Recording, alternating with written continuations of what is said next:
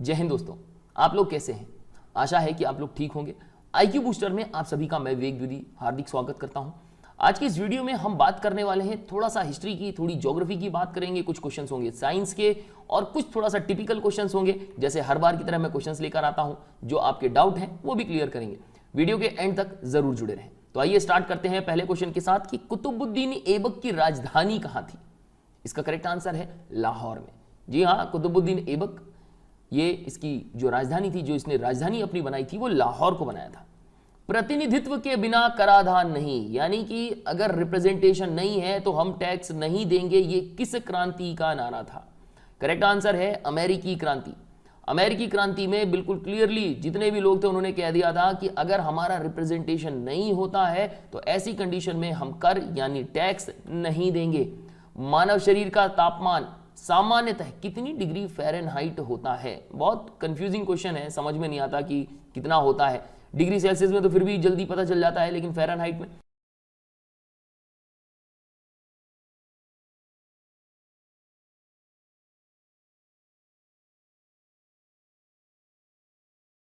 Gate, GATT gate, इसकी स्थापना किस वर्ष की गई थी?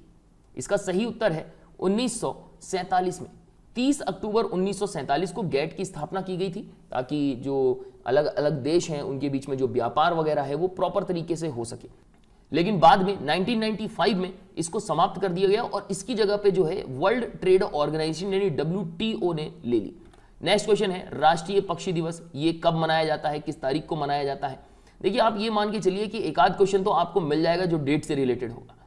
ओके, तो डेट्स वगैरह तो बिल्कुल याद होनी चाहिए कि किस तारीख को क्या है। राष्ट्रीय पक्षी दिवस हर वर्ष, प्रत्येक वर्ष 12 नवंबर को मनाया जाता है।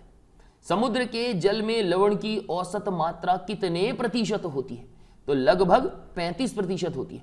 कई बार यह होता है कि ये प्रतिशत में पूछ लेता है, कई बार यह होता है कि यह अनुपात में पूछ लेता है, तो दोनों निकालना आना चाहिए। समुद्र के जल में लवण की औसत मात्रा 35% होती है। अच्छा, अगर आपको मैथ्स में दिक्कत आ रही है, यदि आपको प्रॉब्लम आ रही है मैथ्स में, तो आपको बता दूं मैं बिल्कुल प्रॉपर तरीके से स्टार्टिंग से मैथ्स करा रहा हूं। आप कमेंट सेक्शन में जाके अगर आप मेंशन करते हैं कि सर आप मुझे बता दीजिए कि कहां पर आप मैथ्स पढ़ा रहे हैं, तो मैं आपको उसकी लिंक सेंड कर दूंगा। अदरवाइज ऐसे आपको बताने वाला नहीं हूं कि चैनल का नाम क्या है यार कुछ। ठीक है, मेंशन जरूर करिए कि हाँ सर मैं मैथ्स प्रॉपर तरीके से सीखना चाहता या चाहती हूं, स्टार्टिंग से बता रहा हूं, बिल्कुल डिटेल में बता रहा हूं। किसी वृक्ष की आयु की गणना किसके द्वारा की जाती है? यानी अगर हमें किसी वृक्ष के बारे में पता करना है कि उसकी आयु कितनी है, तो कैसे पता चले? उसकी लंबाई देख लें, उसकी मोटाई देखें, या उसके जड़ों के फैलाव को देखें, या फिर उसके तने के घेरे को देखा जाए। तो देखिए, इसका जो तरीका होता है कि जो उसके तने होते हैं ना, उसके घेरे को देखा जाता है। तने के जो घेरे होते हैं वो बताते हैं कि किसी वृक्ष की आयु वो कितनी है। उसमें वलय पड़ते जाते हैं, सर्कल्स पड़ते जाते हैं, और जितने ज्यादा सर्कल उस वृक्ष की उतनी ज्यादा आयु। भारत का सबसे बड़ा उद्यम कौन सा है? इसका सही उत्तर है रेलवे। आज की डेट में तो सबसे बड़ा उद्यम जो है वो रेलवे ही है। इसके बाद राज्य सरकार के विधि सलाहकार कौन होते हैं? देखिए, अगर यहां पर होता ना केंद्र सरकार, तो इसका जो करेक्ट आंसर होता वो महान्यायवादी होता। लेकिन यह भी ध्यान रखना, दोनों के बीच में अंतर बता रहा हूं। अगर ये केंद्र सरकार की बात करता, भारत सरकार की बात करता, तो उसका जो विधि सलाहकार होता है उसको महान्यायवादी कहते हैं। लेकिन वहीं राज्य सरकार की बात कर रहे हैं तो राज्य सरकार का जो विधि सलाहकार होता है उसको एडवोकेट जनरल कहा जाता है। दोनों के बीच में ध्यान रखिएगा, एडवोकेट जनरल राज्य में होता है, जबकि महान्यायवादी जो होता है वो केंद्र में होता है। अगला प्रश्न है लोकसभा में शून्यकाल की अधिकतम अवधि कितनी होती है? तो ये भाई अधिकतम जो है 1 घंटे की होती है। लोकसभा में शून्यकाल की अधिकतम अवधि 1 घंटे की होती है। पंचतंत्र किस काल में लिखा गया था? तो पंचतंत्र लिखा गया था गुप्त काल में। जी हाँ, पंचतंत्र गुप्त काल में लिखा गया था। लोक हितवादी के नाम से किसे जाना जाता है? विकल्प देखें, गोपाल हरि देशमुख, वीर सावरकर, गोपाल कृष्ण गोखले या दयानंद सरस्वती। इसका करेक्ट आंसर है गोपाल हरि देशमुख। गोपाल हरि देशमुख को लोक हितवादी के नाम से भी जाना जाता है। अंतरराष्ट्रीय दिनांक रेखा ये किस महासागर से होकर गुजरती है? तो इसका सही उत्तर है प्रशांत महासागर, बिल्कुल ठीक बीचों बीच से अगर आप देखेंगे तो आपको मिलेगा। ओके, यहां पर आपको एक चीज और ध्यान रखनी है कि अलास्का और जो रशिया है उसके बीचों बीच से जो है ये अंतरराष्ट्रीय दिनांक रेखा जो है ये गुजरती है। इसके बाद अगला प्रश्न है शरीर की रक्षक कोशिका किसे कहा जाता है? सही उत्तर है व्हाइट ब्लड कॉर्पोसल्स, यानी WC को शरीर की रक्षक कोशिकाएं कहा जाता है। कद्दू दिवस किस तिथि को मनाया जाता है? प्रत्येक वर्ष 29 सितंबर को। अब देखो ऐसा प्रश्न जो है ये तो ले डूबेगा आगे, क्योंकि कद्दू दिवस तो सामान्यतः जानते ही नहीं है। इस तरह के जो प्रश्न होते हैं ना, यही जो होते हैं टिपिकल प्रश्न जो है, हमें या तो किसी एग्जाम में प्रिपेयर कर रहे होते हैं तो आगे लेकर जाते हैं और हमारी मेरिट बनाते हैं। कद्दू दिवस प्रत्येक वर्ष 29 सितंबर को मनाते हैं। एलिफेंटा दर्रा ये किस देश में स्थित है? इसका सही उत्तर है श्रीलंका में। एलिफेंटा दर्रा श्रीलंका में स्थित है। भारतीय रिजर्व बैंक, इसका मुख्यालय, इसका हेडक्वार्टर कहां पर स्थित है? इसका करेक्ट आंसर है मुंबई में। वैसे आपको याद रखने का एक बढ़िया तरीका है, शॉर्ट ट्रिक भी है, कि जैसे भारतीय रिजर्व बैंक यानी रिजर्व बैंक ऑफ इंडिया और गेटवे ऑफ इंडिया, तो गेटवे ऑफ इंडिया कहां पर है? तो ये मुंबई में है। रिजर्व बैंक ऑफ इंडिया कहां पर है? मुंबई में है। स्टेट बैंक ऑफ इंडिया का भी मुख्यालय कहां पर है? मुंबई में है। तो कुछ इस तरीके से आप इसको याद रख सकते हैं, ठीक है। तीनों चार चीजें, मतलब मैक्सिमम जितने भी बैंक्स हैं ना जिनके नाम के एंड में ऑफ इंडिया लगता है, उन सभी का आपको हेडक्वार्टर मुंबई में मिलने वाला है। मुंबई काफी अच्छी जगह है, घूमने लायक जगह है, अगर जाना चाहते हैं तो जा सकते हैं, लेकिन बारिश के मौसम में मत जाइएगा। अभी कुछ दिन पहले मैं गया था, फंस गया था। भारतीय विदेश व्यापार संगठन ये कहां पर स्थित है? इसका करेक्ट आंसर है नई दिल्ली में। भारतीय विदेश व्यापार संगठन का मुख्यालय जो है ये नई दिल्ली में स्थित है। अगला प्रश्न है, यूट किस प्रजाति का घर है? वैसे प्रजाति कह सकते हो, जनजाति कह सकते हो, असल में ये लोग ही हैं और ये निवास करते हैं जंगलों में या फिर कहीं पर। तो ये किस तरह के घर पे रहते हैं? जिस तरह के घर में रहते हैं उनके घर को यूट कहते हैं। तो वो कौन सी जनजाति है? तो इसका करेक्ट आंसर है किर्गिज। किर्गिज जो है, ये जो जनजाति है, इनके घरों को यूट कहा जाता है। अगला प्रश्न है, सुब्रतो कप का संबंध किस खेल से है? इसका करेक्ट आंसर है फुटबॉल। सुब्रतो कप का संबंध फुटबॉल से है। पहली मार्क्सवादी क्रांति किस देश में हुई थी? तो ये रूस में हुई थी। पूरे विश्व में सबसे पहली मार्क्सवादी क्रांति रूस में हुई थी। गलती से भी चाइना नहीं लगा देना। विश्व जल दिवस किस तिथि को मनाया जाता है? करेक्ट आंसर है 22 मार्च को। विश्व जल दिवस प्रत्येक वर्ष 22 मार्च को मनाया जाता है। फेडरल रिजर्व बैंक ये किस देश का केंद्रीय बैंक है? देखिए जैसे हमारे देश का केंद्रीय बैंक यानी सेंट्रल बैंक ऑफ इंडिया, कौन सा? एक ही है सेंट्रल बैंक हमारे देश का जो नोट छापती है, वो रिजर्व बैंक ऑफ इंडिया है। इसकी स्थापना 1935 को की गई थी और इसके बाद वो मतलब नेशनलाइज कब हो गया था? तो वो हो गया था 1949 में। तो ये ध्यान रखना कि हर एक देश का अपना केंद्रीय बैंक होता है जो नोट छापने का काम करता है। वैसे ही जो फेडरल रिजर्व बैंक है, ये किस देश का केंद्रीय बैंक है? किस देश का केंद्रीय बैंक है? तो इसका करेक्ट आंसर है USA, United state of America का जो केंद्रीय बैंक है उसको फेडरल रिजर्व बैंक कहा जाता है। ओणम किस राज्य का प्रमुख त्योहार है? अभी कुछ दिन पहले निकला है। करेक्ट आंसर है केरल। ओणम केरल का प्रमुख त्योहार है। भारत में अंग्रेजी शिक्षा की शुरुआत किसने की थी? करेक्ट आंसर है मैकाले ने। भारत में अंग्रेजी शिक्षा की शुरुआत या हम कहें अंग्रेजी माध्यम की शुरुआत जो करी थी वो मैकाले के द्वारा की गई थी। सबसे अधिक शंकुधारी वन किस राज्य में पाए जाते हैं? शंकु से समझ में ही आ रहा है, शंकु है ना। तो ये जो नुकीले जो पौधे पेड़ होते हैं वो कहां सर्वाधिक पाए जाते हैं? तो हिमाचल प्रदेश में सर्वाधिक पाए जाएंगे।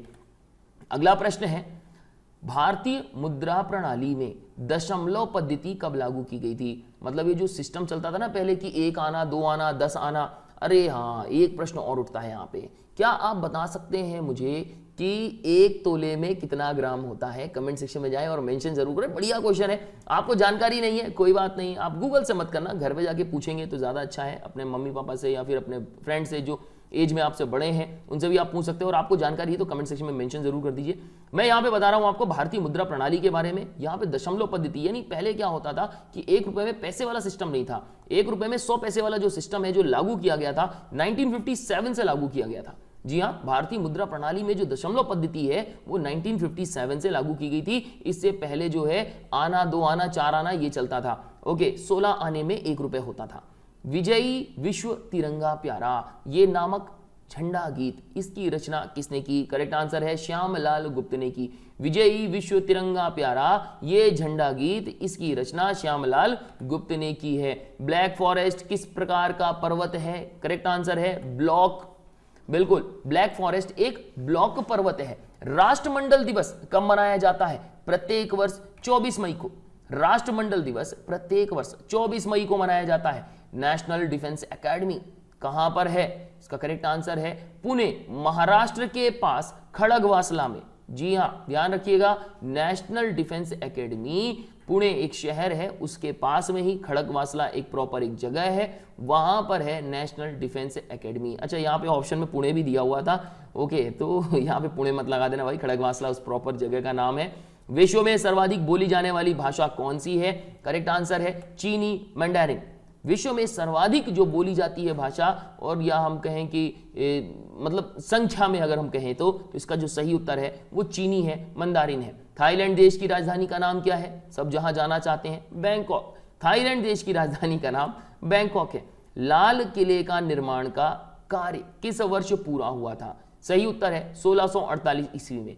लाल किले के निर्माण का कार्य 1648 में पूरा हो गया था। अगला प्रश्न है, ओमान देश की मुद्रा का नाम क्या है? करेक्ट आंसर है रियाल। ओमान देश की मुद्रा का नाम रियाल है। सीरिया की राजधानी का नाम क्या है? याद रखिएगा, कई बार क्वेश्चन में पूछ चुका है। वैसे भी सीरिया जो है ना हर समय न्यूज में रहता ही है, इस वजह से भी दमिश्क या दमस्कस बोल देते हैं कई बार, तो दमिश्क या दमस्कस जो भी है वो सीरिया की राजधानी है।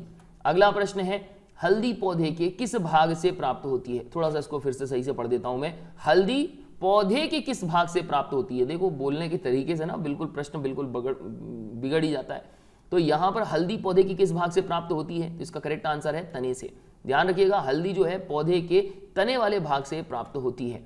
तरंग धैर्य का मात्रक क्या है? इसका करेक्ट आंसर है एगस्ट्रम। ध्यान रखिएगा, तरंग धैर्य को जो नापा जाता है, मापा जाता है वो एगस्ट्रम में। अच्छा, इसके लिए लैम्डा का इस्तेमाल करते हैं, मीटर में भी नापा जाता है, तो यहां पर इन सब चीजों का भी ध्यान रखना है। अगला प्रश्न है, ऋतुसंहार ये एक पुस्तक है, इसके लेखक कौन है?